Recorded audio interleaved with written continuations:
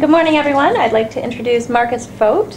He's from QUT, and he's going to speak to us today about the three most interesting bits about his work. Welcome, Marcus. Thanks, Melanie. Thank you. I haven't even started yet.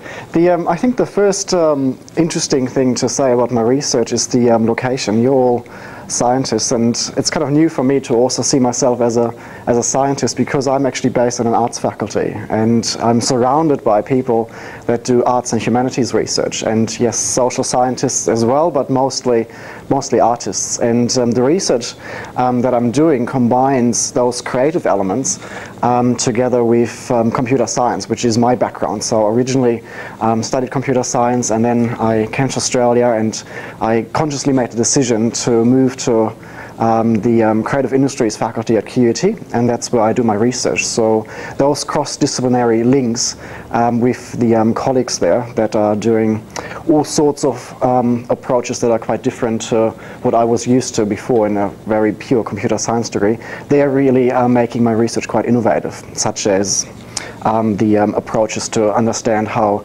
humans behave in urban environments. The second interesting thing about my research is the real-time nature. And just to explain this, what we are currently working on in this project is monitoring energy consumption in domestic settings and households. At the moment, lots of residents are used to getting an energy bill every couple of quarters, and a couple of energy companies have now moved to displaying graphs that would indicate this is your consumption in the last quarter, this is your consumption currently in this quarter. However, we argue that it's much better to have immediate feedback. So if you switch your microwave on, you see that there's a spike, and if you switch it off again, you see what the impact is. And so at the moment we're working with the Queensland government to roll out energy monitors, and our research is concerned with looking at the way we can combine the various energy monitors to allow people to combine the effort of monitoring, so that you're not just isolating individual households, you can actually group them. That gives us very exciting possibilities, such as having apartment buildings compete against each other, and so whoever wins might get a discount in their rates account.